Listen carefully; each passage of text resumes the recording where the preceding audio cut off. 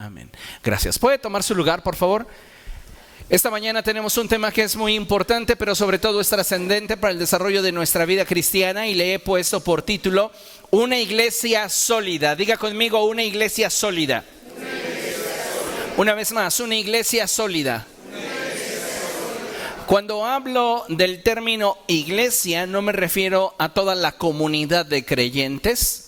Quiero primeramente partir de lo que somos de forma individual. Y cada uno de nosotros, al creer y al depositar su confianza en Cristo Jesús y al haber experimentado el nuevo nacimiento en su vida, viene a ser parte de la iglesia de Jesucristo.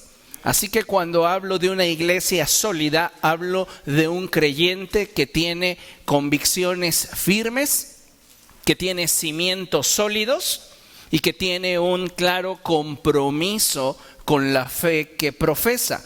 ¿Por qué menciono esto? Porque la iglesia, amados hermanos, está atravesando por un periodo en la historia en la que todo tiende a juzgarse desde la perspectiva de la relatividad y subjetividad de cada individuo, lo cual está provocando que esta generación carezca de marcos de referencia bien delimitados y definidos.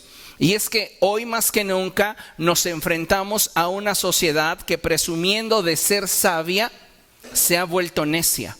Una sociedad que llama a lo malo bueno y a lo bueno malo, haciendo de las tinieblas luz y de la luz tinieblas.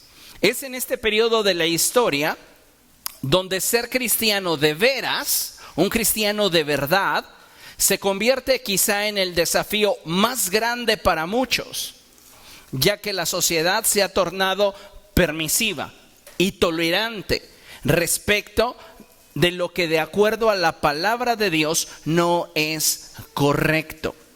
Y de ahí que para ser un fiel cristiano no solamente se requiera de tener firmes nuestras convicciones, sino más allá de esto es importante disponerse a ser diferente. Hoy estamos viviendo en un tiempo difícil. La maldad se ha incrementado en gran manera y, como ya lo hemos escuchado, el amor de muchos se ha tornado frío. El compromiso del cristiano hacia sus convicciones se ha ido diluyendo generación a generación. Y lamentablemente vivimos en una sociedad permisiva en la cual todo está bien de acuerdo a cómo te haga sentir. Ya no hablamos de una ley moral suprema, sino que hablamos de que las cosas se juzgan de acuerdo a la relatividad y subjetividad de cada individuo. Si a ti te parece bien, no hay ningún problema. Si a ti te hace sentir bien, no hay ningún problema. Hazlo. Y es lamentable que esta sea la forma de pensamiento que está permeando la vida de muchos cristianos hoy día. Ya no es la palabra de Dios nuestra máxima norma de fe y conducta. Y la palabra de Dios debería ser nuestra máxima norma de fe y conducta para todo lo que hagamos. Ya no lo es, ya no es la Escritura. Entonces, ¿qué lo es? Mi corazón, el cómo me siento. Y si algo me hace sentir bien, aunque esté mal, me siento con la libertad de hacerlo porque me provoca satisfacción. Y la sociedad aplaude eso. La sociedad tolera eso. Y es triste, amados hermanos, el ambiente en el cual la iglesia tiene que levantarse y nuevamente establecer sus bases, sus cimientos para poder trascender. Pero si no lo hacemos de manera individual, de manera personal, difícilmente va a suceder de forma colectiva. Lamentablemente, al paso del tiempo, algo que he podido observar con tristeza es como la iglesia en México ha comenzado a entrar en un letargo espiritual e indiferencia, tal que le está impidiendo brillar como debería en este mundo gobernado por tinieblas. Hoy es común no solamente ver a muchos cristianos viviendo en tinieblas, sí, así como usted lo oye. Hoy es común que cristianos estén viviendo en tinieblas. Y el problema no solamente es ese, el problema trasciende debido a que incluso hay creyentes que hacen alarde de sus pecados sin que estos les produzcan ningún tipo de incomodidad o vergüenza. Fíjese el nivel de sociedad en el que hoy estamos viviendo, en el cual incluso la gente sin Cristo hace 3 décadas procuraba que nadie se diera cuenta de lo malo que hacía. Trataban de disimularlo. Pero hoy vivimos en una sociedad en la cual, mientras más cínica es la gente respecto de sus pecados, más aplaudida es por la sociedad. Y lamentablemente esto se ha introducido a las filas de la iglesia. Porque hay cristianos no solamente que están pecando, sino que hay cristianos que están siendo cínicos en la práctica de sus pecados. Sus pecados ya no les provocan ningún tipo de incomodidad o vergüenza. Les mencionaba, la gente sin Cristo hace años procuraba que nadie se diera cuenta de aquellas deficiencias morales o hábitos que de alguna manera no eran loables ante la sociedad y trataban de disimularlos. Hoy no. Hoy la gente se exhibe. Y también en el ámbito cristiano encontramos a personas que viven de esta manera. Sus pecados ya no los incomodan, sus pecados no les dan vergüenza.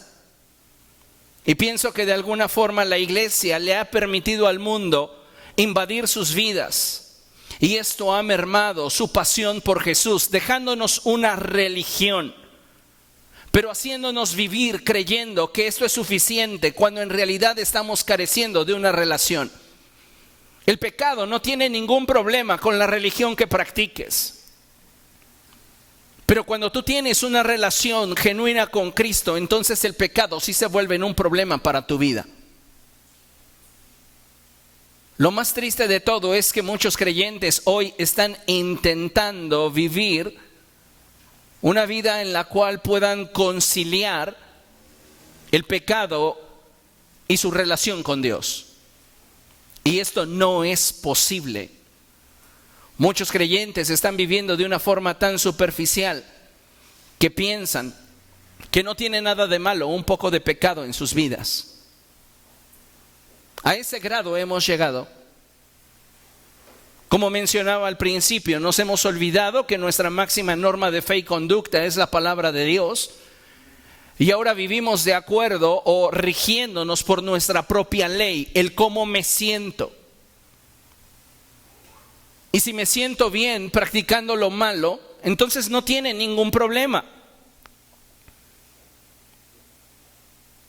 Nuestras conciencias se han cauterizado y nuestros corazones se han endurecido a causa de tener una relación viva con Jesucristo. Muchos de nosotros ya lo sabemos. No nos sorprende el que dentro de la iglesia haya situaciones de pecado. No nos sorprende el hecho de que haya personas sinvergüenzas dentro de la iglesia. Lo dramático a todo esto no es cómo viven los demás, porque nadie nos ha puesto por jueces.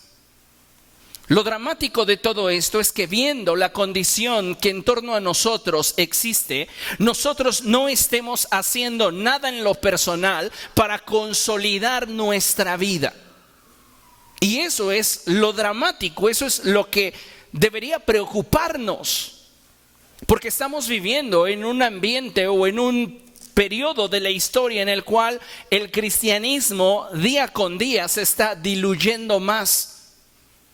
Y urge que surja una generación de gente que realmente se comprometa con la verdad del evangelio.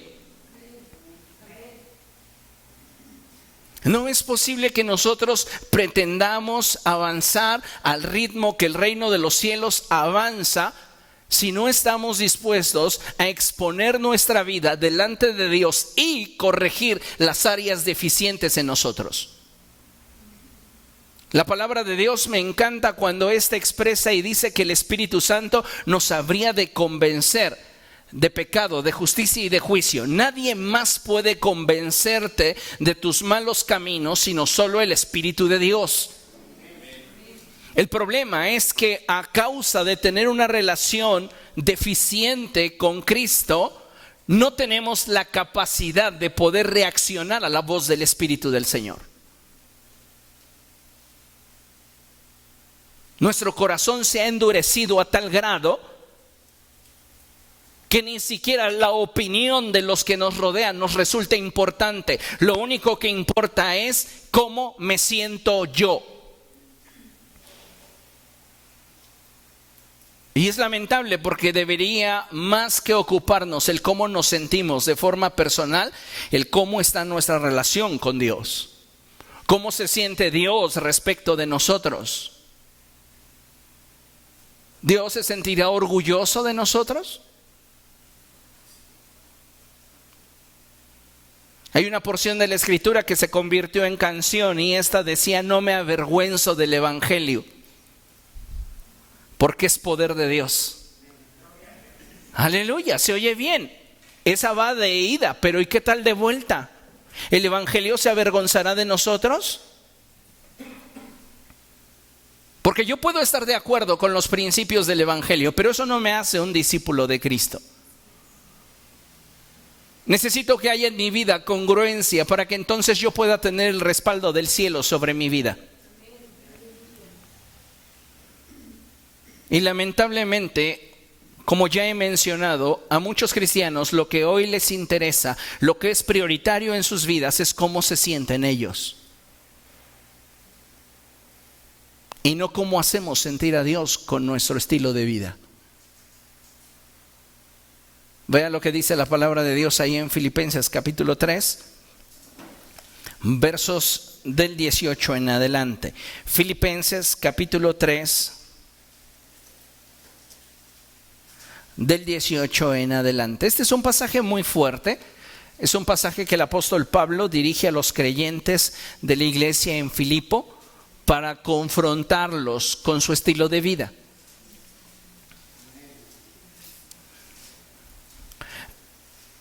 Recuerde que esta carta está dirigida a creyentes. ¿A quién está dirigida esta carta?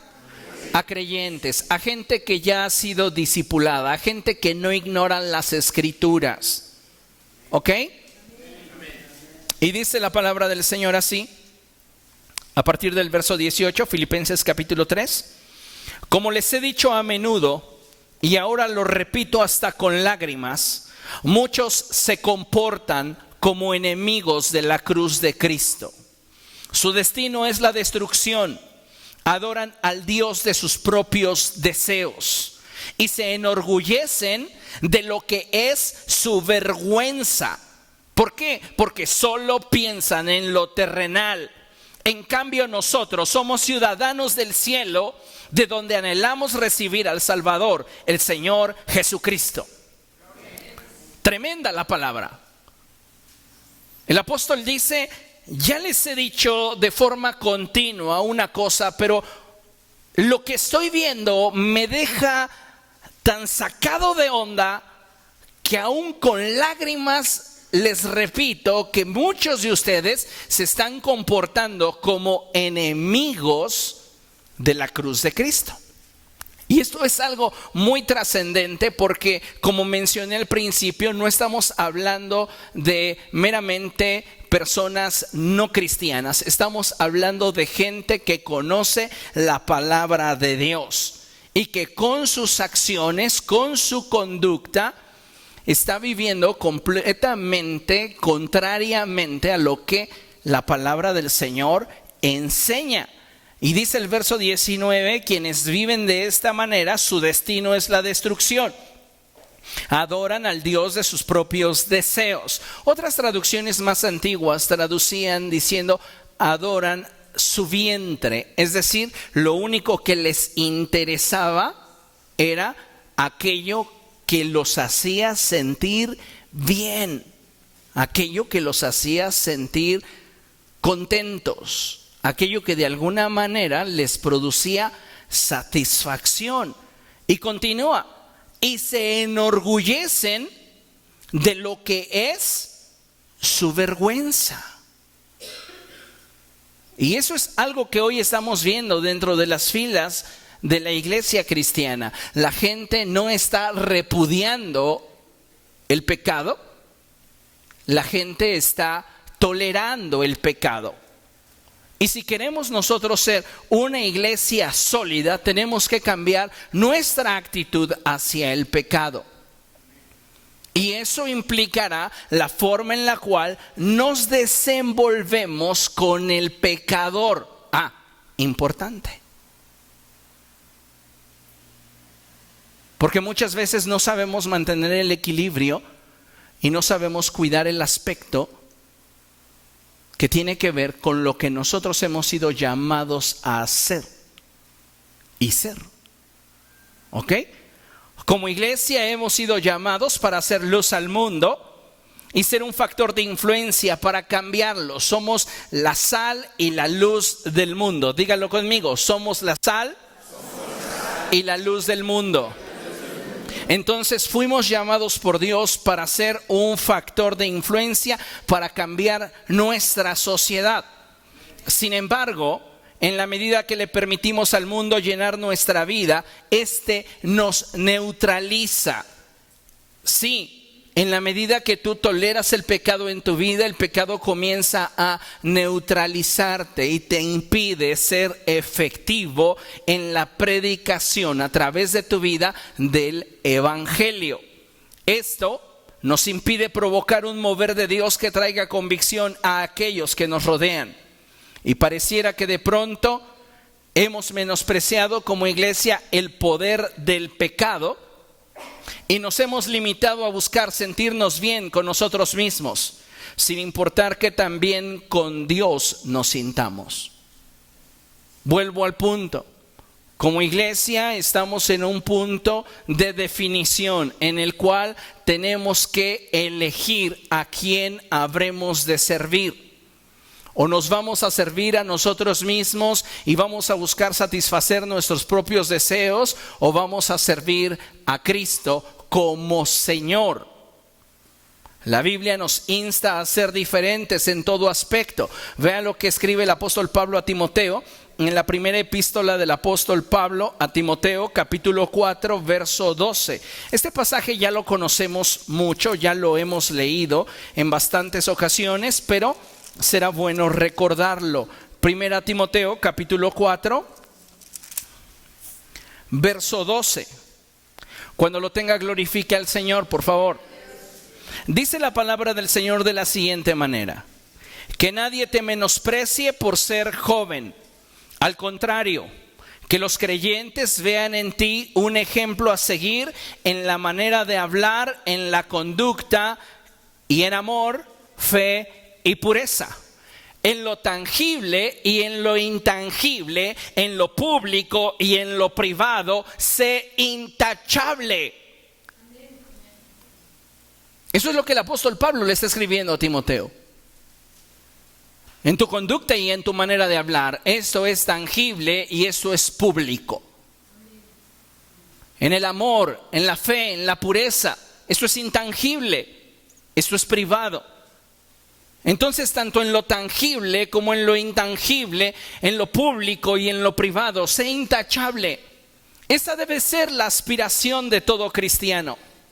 Ese debe de ser el deseo que arda en el corazón de cada creyente. ¿Por qué? Porque muchas veces hemos comprometido nuestro andar con Cristo para satisfacer los impulsos de nuestra naturaleza carnal. Y ¿sabe una cosa? Si nosotros continuamos en esa dirección, de acuerdo a lo que leímos en la palabra de Dios, no tendremos un buen resultado en nuestra vida. No podemos continuar menospreciando el poder y los efectos del pecado sobre nuestra vida. ¿Se acuerda usted de Sansón? Y bueno, Sansón conoció a una chica y esa chica se llamaba Dalila, y Dalila continuamente le trataba de enseñar algo. la gravedad del pecado. Pero Sansón, al no verse limitado en cuanto a su capacidad, en cuanto a su fuerza, continuaba buscando satisfacer los deseos de su corazón. ¿Y cuántas veces nosotros hemos menospreciado los efectos del pecado sobre de nuestra vida?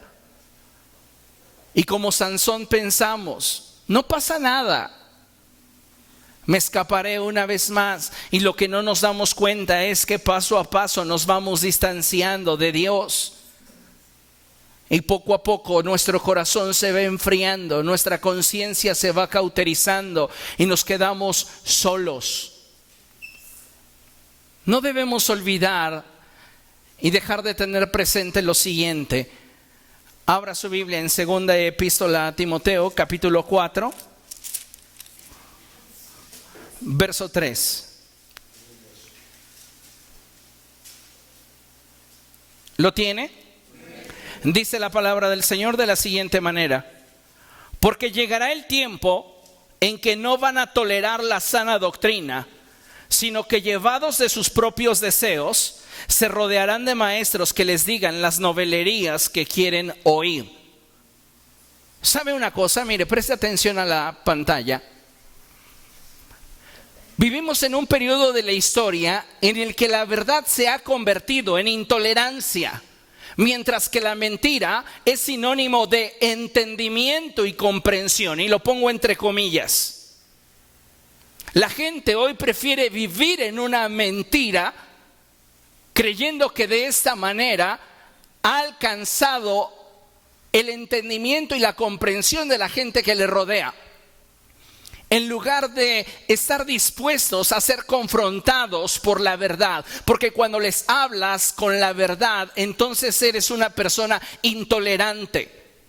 Y pareciera que como cristianos hemos sido tan cortos en nuestra visión que hemos tolerado lo malo y hemos limitado lo bueno con el fin de no resultar ofensivos a nadie. Hoy los cristianos ya no quieren ofender a nadie. ¿Sabe que el mensaje de la cruz es ofensivo en esencia? Pero nosotros no queremos ofender a la gente. Y no es que no nos interese las reglas de conducta, ni las reglas de la sociedad, ni que no nos importe cómo la gente pueda sentirse respecto de nuestra opinión o convicción. Pero algo que debemos de saber es que no podemos comprometer nuestras convicciones para que otra persona se sienta bien. Mayormente si esa persona está caminando en una mentira.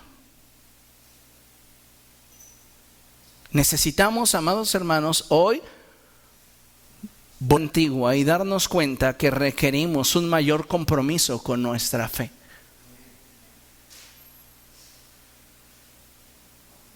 Hoy muchos cristianos están caminando en el error, en la mentira, creyendo que están bien. ¿Por qué? Porque se sienten bien. Porque la iglesia no ha tenido la suficiente fuerza, ni ha tenido la suficiente convicción como para decirle lo que estás haciendo está mal. Bueno, pues allá cada quien su vida, dice la gente.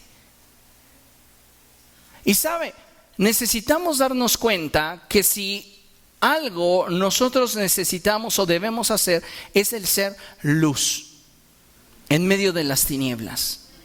Y si nosotros estamos siendo testigos de un acto de corrupción en cualquier nivel, en cualquier esfera, tenemos la responsabilidad de levantar nuestra voz. El problema es que muchas veces creemos que la santidad solamente se predica y se practica dentro de la iglesia. Y no es así. Tenemos que aspirar a ser embajadores del reino de los cielos donde quiera que estamos. En nuestro lugar de trabajo, en nuestra escuela, con nuestras amistades. en la forma en la cual nos relacionamos con nuestra familia.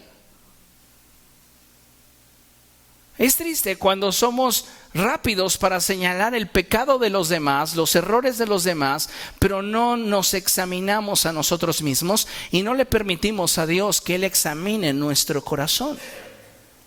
No estoy diciendo que a partir de este momento nos convirtamos en los investigadores privados del reino de los cielos y comencemos a investigar la vida de la gente y a señalarla y a tratar de destapar sus alcantarillas. No estoy diciendo eso.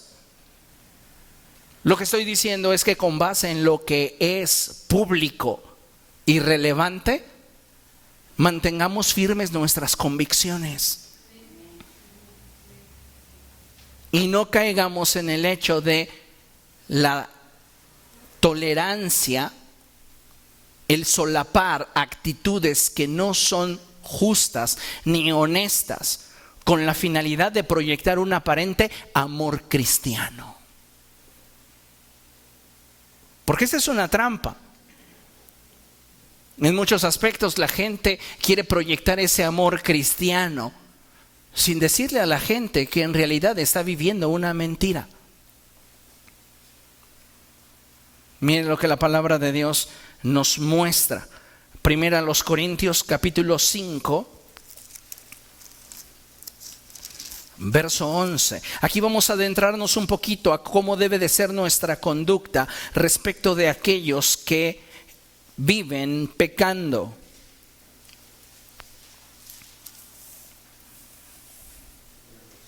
Recuerde que dentro de toda contradicción siempre habrá una revelación. Amén. Dice la palabra del Señor. Pero en esta carta quiero aclararles que no deben relacionarse con nadie que llamándose hermano sea inmoral o avaro, idólatra, calumniador, borracho o estafador. Con tal persona ni siquiera deben juntarse para comer. A ver, un momento, Pablo, creo que estás exagerando tu posición cristiana y aunque tu tendencia es farisea, porque eres fariseo de corazón, creo que estás exagerando. Ya ni Jesús. Jesús se sentaba a comer con los pecadores, ¿cierto o no? ¿Con quién se sentaba Jesús a comer? ¿Con quién se sentaba Jesús a comer? ¿Y Pablo? Entonces Pablo está estableciéndonos un estándar más alto que el de Cristo mismo. No, el contexto es bien diferente. Jesús se sentaba a comer con los pecadores, la gente que ignoraba completamente la ley de Dios. Y Pablo está refiriéndose a otra clase de personas, a cristianos, que conociendo las Escrituras viven como se les pega la gana, presumiendo lo que debería ser su vergüenza. ¿Cuál debería ser nuestra actitud hacia aquellos que llamándose cristianos no viven de una forma digna del Evangelio de Cristo? Aquí hay dos actitudes o dos formas que debemos de considerar antes de juzgar. Y antes de juzgar, lo que debemos de considerar es si la situación o la conducta de esa persona es de dominio público o no lo es. Porque se juzgan las cosas de forma distinta si algo es de dominio público o no lo es. Si una situación no es de dominio público, entonces yo puedo ser discreto en la forma en la cual lo voy a manejar. Es un poquito a cómo el pastor debe de manejar el pecado dentro de la iglesia. ¿Es de dominio público la situación o no es de dominio público? Y bueno, con base en ello, entonces se juzga. El punto aquí es que si hay una situación que no es de dominio público y que de alguna manera yo conozco, entonces yo debo de administrarla con discreción. Pero si hay una situación que es de dominio público y está afectando públicamente al mensaje del Evangelio, al testimonio que como iglesia estamos proyectando, entonces mi actitud sí debe de ser correspondiente al daño que se le está haciendo al Evangelio. No lo veamos personal. El problema de la iglesia hoy día es que hace de lo institucional algo personal. Fíjese, continuamos leyendo lo que el apóstol Pablo está diciendo. Y dice, con tal persona ni siquiera deben juntarse para comer. ¿Qué es lo que Pablo está diciendo? No intimes. Culturalmente, el compartir los alimentos implicaba un alto grado de intimidad, de cercanía, de exposición. No está diciendo que te des la vuelta donde te lo encuentres y rodees toda la manzana para no saludarle. Lo que está diciendo la palabra de Dios es: no intimes con alguien que públicamente se comporta como un enemigo de la cruz de Cristo. No intimes con esas personas. No puedes salirte del planeta y simplemente generar tu iglesia perfecta en otro lugar. Pero ten cuidado de la forma en la cual te manejas con aquellos que, diciéndose cristianos, públicamente atentan contra el evangelio a través de su conducta. No estoy diciendo que los tengamos como enemigos, pero sí es importante que sepan cuál es nuestra postura respecto de su estilo de vida. Si a ellos, siendo honestos, no les interesa lo que Cristo hizo por ellos en la cruz, ¿crees que les va a importar tu opinión? No. Entonces no tengo por qué andar allí pregonando un falso amor, tolerando y soportando que el evangelio sea pisoteado por gente que ni siquiera tiene intención en honrar a Cristo en lo público. ¿Comprende lo que estoy diciendo?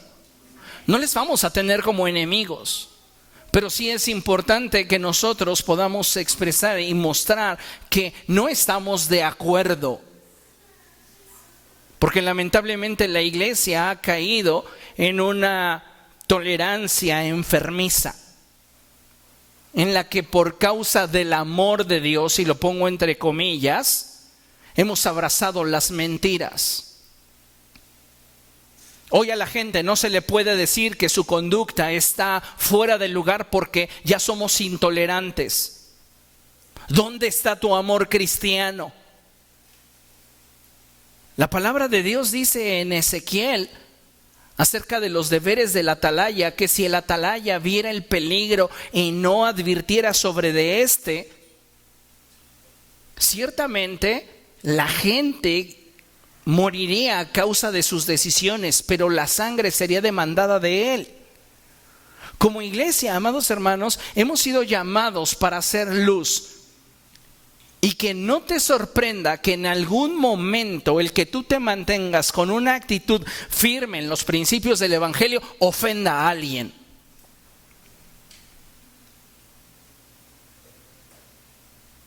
Cada quien, de acuerdo a su nivel de luz, de acuerdo a su nivel de revelación, va a ser juzgado. Yo más que todos ustedes. Yo tendré un juicio mucho más estricto que cualquiera de ustedes. Porque aquel que más se le da, más se le pide. El punto aquí es cómo nos estamos preparando para ello.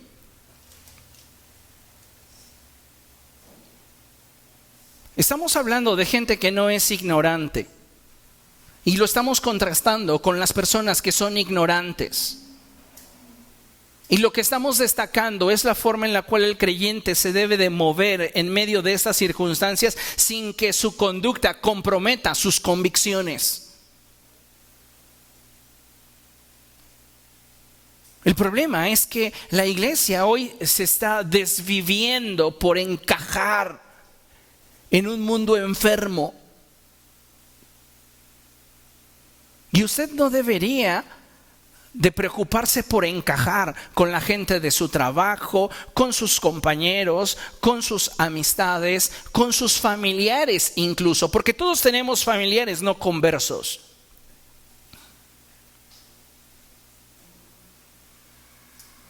Y si yo no estoy en mis convicciones, en algún momento voy a ceder a las presiones. Entonces yo necesito ser ejemplar tanto en lo público como en lo privado, en lo tangible y en lo intangible, entendiendo que necesito comprometerme con la verdad. Porque hoy la gente vive engañada, creyendo que mientras que tú toleres su expresión de comodidad, tú les entiendes y tú los comprendes. Tenemos que ser un tanto más radicales en el sentido de establecer las convicciones en nosotros y no temer externar nuestro punto de vista cuando se nos pida. No estoy diciendo que te andes metiendo en la vida de todo el mundo.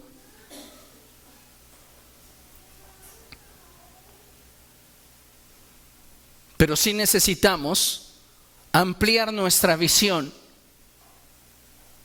y darnos cuenta que el mensaje del Evangelio, los principios del Evangelio van a serle tropiezo a muchos que no están en Cristo y a muchos que dicen estar en Cristo. Ahorita hay un tema muy sonado, ¿no? Las facturas falsas. Y el cristiano dice, encontré un proveedor de facturas. ¡Qué bendición! Son chuecas, pero no importa. Es una bendición. Llamamos a lo malo bueno y a lo bueno malo. Hacemos de las tinieblas luz y de la luz tinieblas. Si realmente tuviéramos un compromiso con la fe, con los principios de la palabra de Dios, y la palabra de Dios se convirtiera nuevamente en nuestra máxima norma de fe y conducta, no toleraríamos ese aspecto, ni muchos otros que permitimos en nuestra vida. Pero ¿qué es lo que nos hace falta? Profundizar en convicciones. Acompáñenme a ver lo que dice Gálatas capítulo 5, verso 9.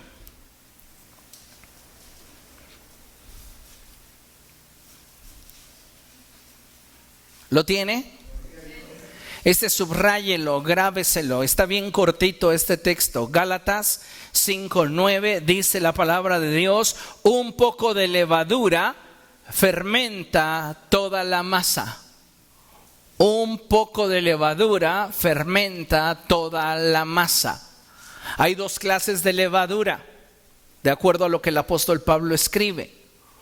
Una levadura que es la malicia y todo lo que corresponde a la impiedad, y otra levadura que corresponde a la justicia y todo aquello que emana de una nueva naturaleza en Cristo Jesús. Entonces, ¿qué clase de levadura hay en nosotros? ¿Recuerdan a Jesús diciéndole a sus discípulos, cuídense de la levadura de los fariseos? Y hay un pasaje en el cual Jesús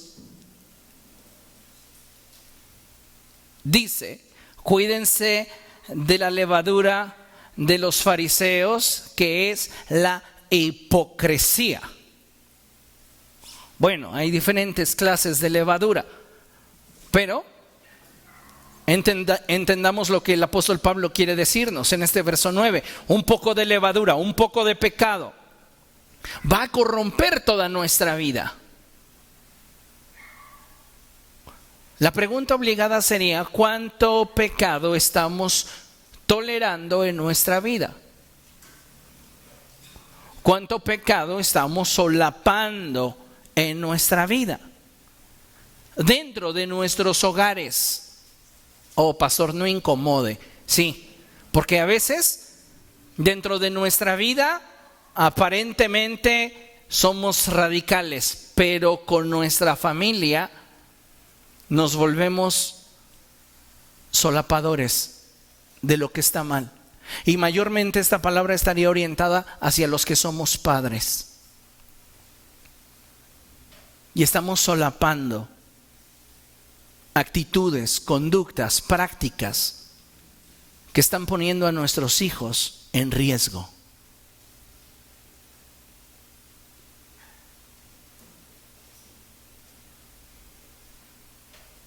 ¿Y cuántas veces hacemos como que no pasa nada?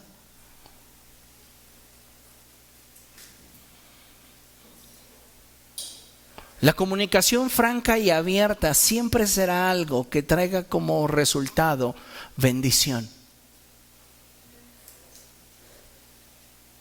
Hay padres que no se atreven a tener una plática franca y directa, honesta, con las escrituras, con sus hijos acerca de su sexualidad. Prefieren regalarles condones. Así se lo digo, y hablo de familias cristianas.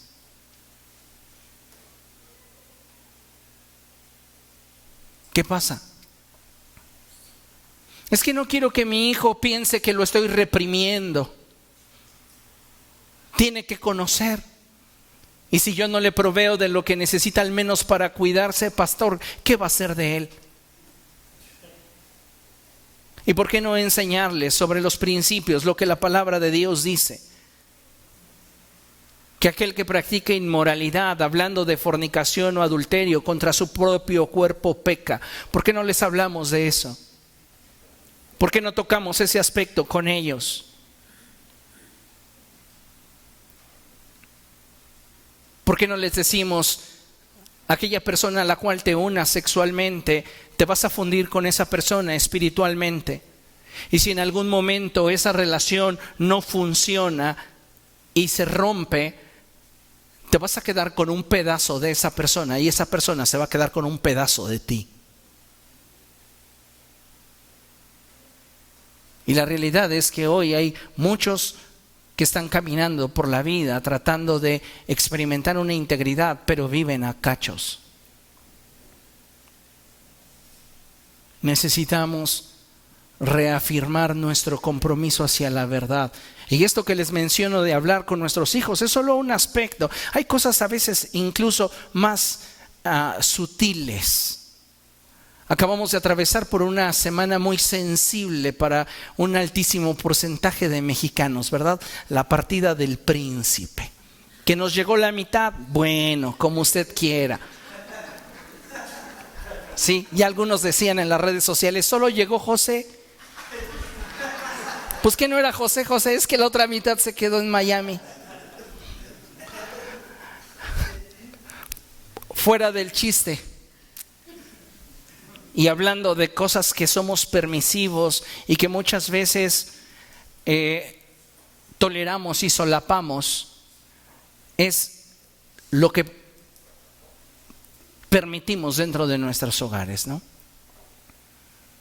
Yo creo y yo soy de la idea que necesitas hacerte un análisis muy honesto para descubrir qué es lo que te motiva a escuchar a ciertos cantantes y cierta música. Hacerme la pregunta, ¿por qué? ¿Por qué lo quiero escuchar? ¿Me edifica escucharlo o me deprime escucharlo? Dedicarle canciones al corazón adolorido es como echarle vinagre a una herida. Si yo ando sensible emocionalmente y pongo a José, pues me voy a sentir peor.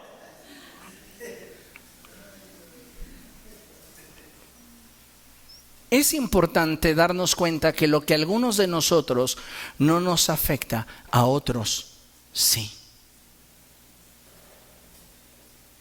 Y puede ser que usted escuchar a los Tigres del Norte, a Vicente Fernández, a Paquita la del barrio, no le mueva. Pero puede ser que haya personas que se sientan motivadas a comprarse una botella, porque emocionalmente no están bien. Y tal vez no ir por la botella, pero sí deprimirse.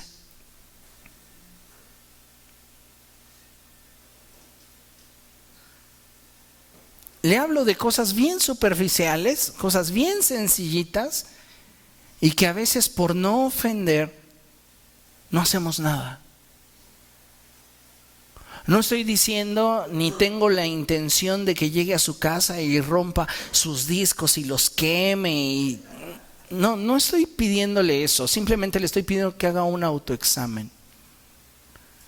Y usted se dé cuenta si realmente está siendo parte de una iglesia sólida o está siendo usted un cristiano débil, gelatinoso. Nos movemos para donde se nos incline. Necesitamos tener más convicciones. Pablo escribe a la iglesia en Galacia y les dice: un poco de levadura leuda toda la masa. ¿Qué es lo que debilita a una iglesia? ¿Qué es lo que debilita a un creyente? Quiero mencionarte 6 cosas que necesitamos considerar si lo que queremos es tener una vida cristiana sólida. Lo que debilita a una iglesia es el tener una intimidad intermitente con Dios. Es decir, si yo no tengo una relación constante con Cristo, difícilmente voy a tener solidez en mi vida espiritual. Si yo soy un cristiano de domingo, porque solamente el domingo oro, solamente el domingo asisto a la iglesia, solamente el domingo abro la Biblia cuando el pastor lo pide, estoy teniendo una relación intermitente con Dios, no es constante. Necesito entonces recapacitar respecto de esto y darme cuenta que mi vida no se va a fortalecer mientras que yo continúe en esa línea de conducta. 2, ¿qué debilita a una iglesia? Poca o nula oración. No puede ser más fuerte que lo que es tu vida de oración, así de simple. No vamos a tener más trascendencia ni más contundencia si nosotros no crecemos en nuestra vida de oración. Y orar no es recitarle a Dios mis problemas.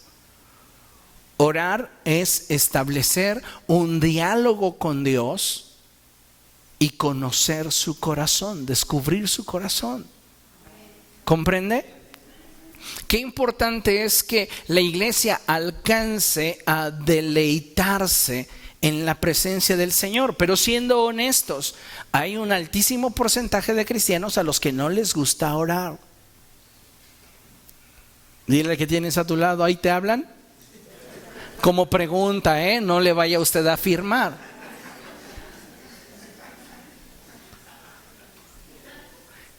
Y es que esa es una realidad, no nos gusta orar. ¿Por qué no nos gusta orar?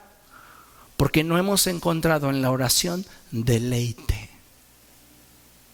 Me encanta cuando la Escritura dice cosas como estas: deleítate a sí mismo en el Señor y Él te concederá las peticiones de tu corazón. ¿Cómo me deleito en el Señor? Descubriéndole, conociéndole. Usted conoce a una persona en el transporte público y de pronto dice: ay, Cupido me flechó. ¿Ok? Confirmar que esa persona es realmente el amor de su vida le va a requerir inversión. ¿Ok? Tal vez al principio citarse en Indios Verdes, posteriormente pues ya mitad y mitad, nos vemos en Valderas, no lo sé, pero requiere de cierto grado de inversión y flexibilidad. ¿Por qué? Porque tengo un interés y en la medida que invierto en ese interés descubro si es la persona o no es la persona para mí. ¿Por qué el cristiano no ha alcanzado deleite en la oración? Porque no se ha permitido descubrir a Dios a través de ella. ¿Comprende? Si tu oración es aburrida, si tu oración es monótona, escucha, es porque es el ritmo que tú le has dado. Es la forma que tú le has dado. A mí me gusta orar. Y me gusta compartir con Dios mi naturaleza, mi experiencia, mis vivencias, cómo es mi relación con Él, algo intensa. No me aburre orar, lo disfruto. Pero, ¿y usted?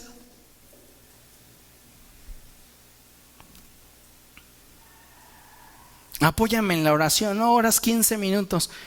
¿Qué? Como si estuviera diciendo, vas a hacer un viaje de aquí hasta el otro extremo de la galaxia y vas a estar en una nave encerrado por más de 50 años luz. Se les detiene el espacio-tiempo. ¿Por qué? Porque la oración se les hace tediosa, cansada, aburrida. Tienes que aprender a deleitarte en el Señor a través de la oración. ¿Qué debilita a un creyente? ¿Qué debilita a una iglesia? Poca palabra en el corazón y en la práctica. Deberíamos de tener como disciplina meditar en la Escritura todo el tiempo. Muchos cristianos están meditando, publicó tal cosa, ¿lo habrá dicho por mí? Chance, pero ¿y si sí? Está pensando en ti, ¿no? Ya eso ya es bueno, pero ¿y si no? Pues, vive con la ilusión que está pensando en ti. Pero en el otro caso, donde sí es verdad que la Escritura fue inspirada para nuestra bendición, Dios estaba pensando en ti y no estás pensando en aquello que Dios estaba pensando para ti. ¿Cuánta Escritura conocemos? ¿Sabe por qué la iglesia se vuelve tolerante? Porque ignora la verdad. Con el movimiento gay, ¿qué dice la Escritura? Lo ignoramos y entonces decimos, ay, pues cada quien su gusto. No. Eso enseña la Escritura, eso dice la palabra de Dios.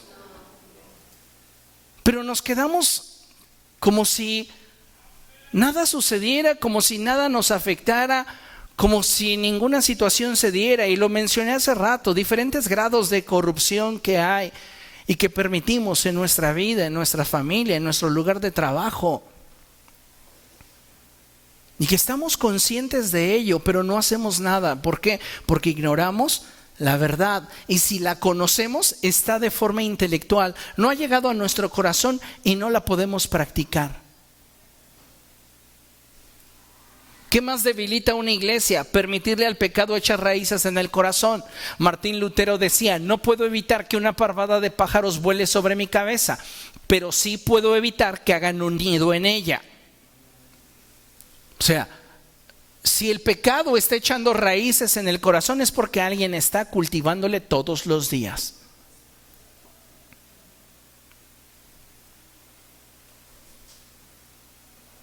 Y no podemos tener una vida exitosa en Cristo si estamos permitiéndole al pecado echar raíces en nuestro corazón. Ahora, un punto bien importante y bien descuidado por los cristianos es la conciencia. ¿Qué debilita a un cristiano? ¿Qué debilita a una iglesia? No atender a su conciencia. ¿Qué es lo que dice la palabra de Dios? La palabra de Dios dice en Romanos capítulo 1 que todos los seres humanos llevamos escrito en nuestro interior la ley de Dios. Cristianos y no cristianos, hasta el mismo Hitler tenía escrita la ley de Dios en su corazón. Hasta Peña tenía escrita la ley de Dios en su corazón. Todos los seres humanos, todos llevamos escrita la ley de Dios en el corazón. Porque es el marco de referencia a través del cual, escuche, nuestra conciencia juzga nuestras acciones. Si no existiera esa ley escrita en el corazón, la conciencia estaría extraviada y le preguntaría entonces al corazón, ¿cómo te sientes con esto que hiciste? Y el corazón diría, bien, entonces palomita. Pero la conciencia no es así. A la conciencia, escuche bien, le importa poco cómo usted se siente con lo que hace. La conciencia juzga su intención y su acción con base en un marco de referencia que es la ley de Dios. Entonces lo haces y la gente te aplaude, pero tu intención era mala y tu conciencia te dice: lo hiciste mal, te pasaste. Todos te tienen por héroe, pero tú sabes lo que estabas buscando. ¿Comprende? El problema con muchos creyentes es que le están haciendo más caso a sus sensaciones, a sus emociones, que a su conciencia. Antes de tomar la decisión de hacer algo, cualesquiera que sea, deberíamos revisar nuestra conciencia. ¿Y qué nos dice nuestra conciencia respecto de eso? Algo bien sencillito, ¿no? Yo estoy en el área de recursos humanos y un familiar va a pedir trabajo y entonces en lugar de colocar su folder hasta abajo lo pongo hasta arriba. ¿Qué dice mi conciencia? ¿Y qué hago? ¿Comprende? O sea, son cosas simples. Pero si en las cosas simples muchas veces no estamos haciendo lo correcto, no, pero que lo hagan los poderosos. Primero comienza por ti. ¿Cómo puedes escoger la piedra si no estás libre de pecado? Porque hasta para juzgar hay que estar libres de pecado. Porque si no, ya caemos en el error de los que tienen la viga atravesada en el ojo. ¿Comprende? Ahora, no busque estar limpio para criticar. Busque estar limpio para agradar al Señor. ¿Qué más debilita a la iglesia? Buscar encajar con el mundo. Y yo creo que esa es una de las cosas que la iglesia hoy está experimentando a manera de crisis. ¿Por qué un joven quiere encajar con esos compañeros nuevos que tienen esa peculiar forma de conducirse, de expresarse, esos hábitos de vida? ¿Por qué de pronto quiere encajar?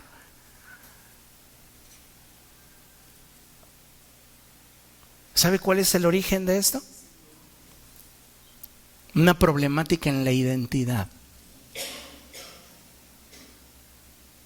Y entonces algo está inspirándole y motivándole para ajustar su identidad a un grupo al cual desea pertenecer, porque le provoca asombro, porque le provoca admiración, por lo que usted quiera, pero su identidad no está firme. Y ese es un problema en la iglesia hoy. La iglesia está buscando encajar con el mundo y necesitamos hacer cambios. La iglesia dice en Romanos capítulo 12, verso 2, no se amolden al mundo actual. No se amolden, sean transformados mediante la renovación de su entendimiento.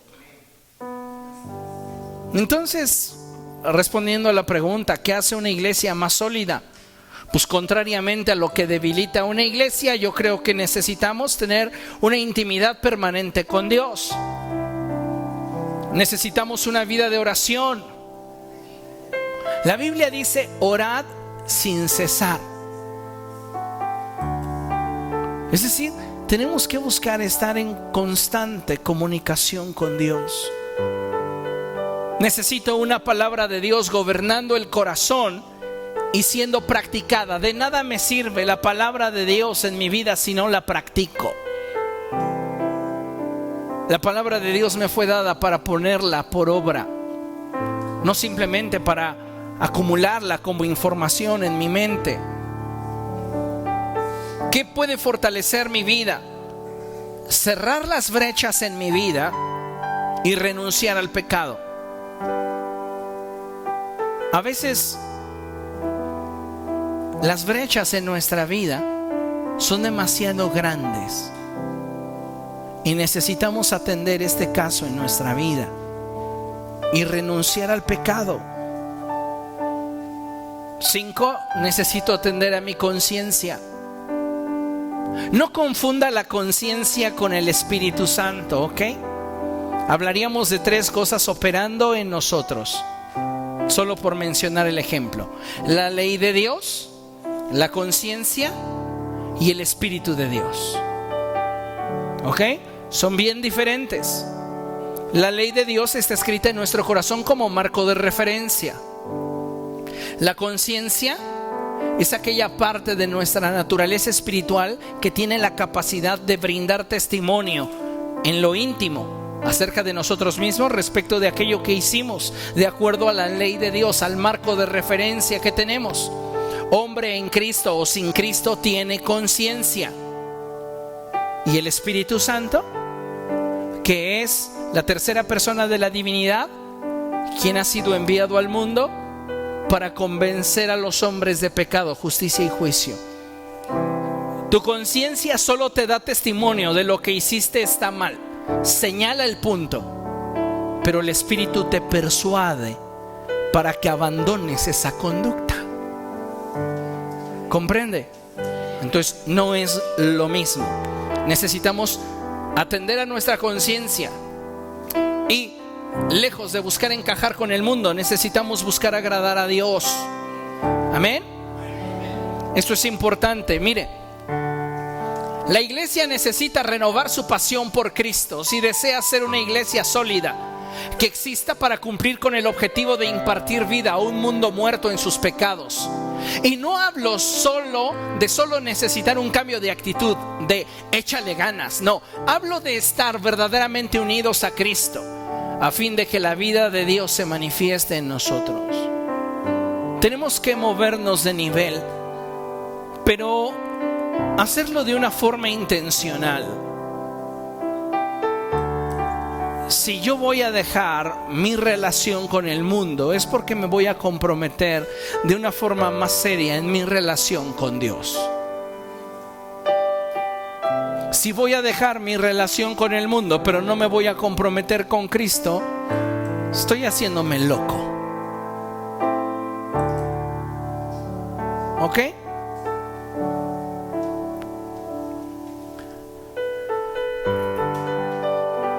Concluimos con lo que la palabra de Dios dice en Hechos capítulo 14. Acompáñeme allá, Hechos capítulo 14.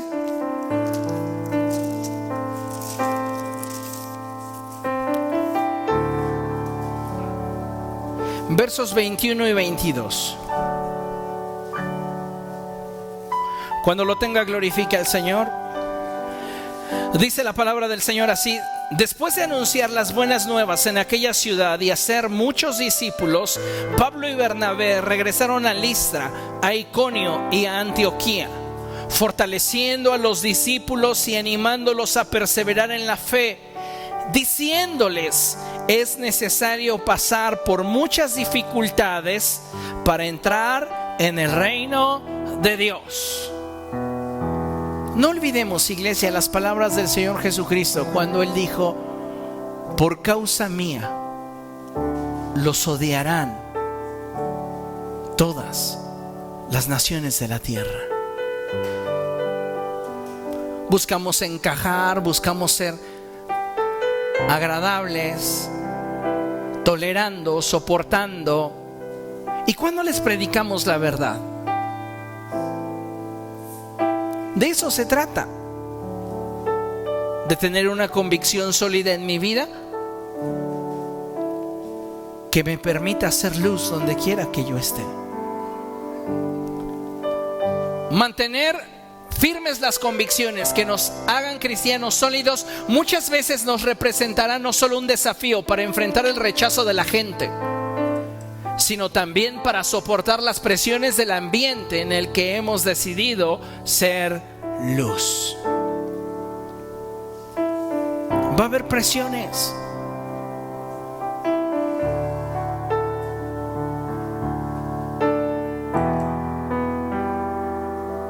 Me pongo un ejemplo, viene a mi mente. Soy empleador.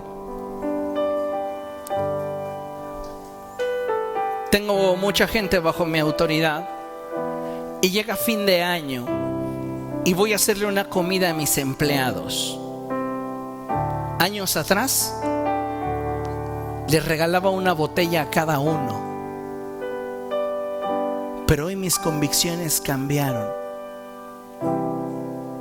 Voy a experimentar la presión que implica mantenerme en mi convicción.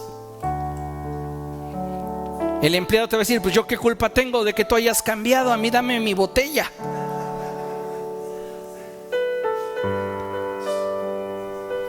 ¿Cómo sería yo congruente con mi fe y mi convicción cediendo a la presión? Bueno, pues vete al infierno.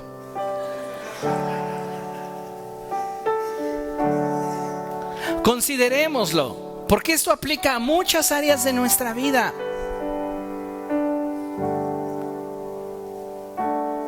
Que Dios nos dé sabiduría, que Dios nos dé de su gracia para saber cómo actuar y cómo responder. Amén. Pero tenga siempre esto en mente y siempre esto en la mira: ser una iglesia sólida, ser un cristiano sólido. No nos comportemos como enemigos de la cruz de Cristo. Al contrario, seamos colaboradores, embajadores, siervos y esclavos de aquel que nos amó. Amén. Póngase de pie, vamos a dar gracias al Señor.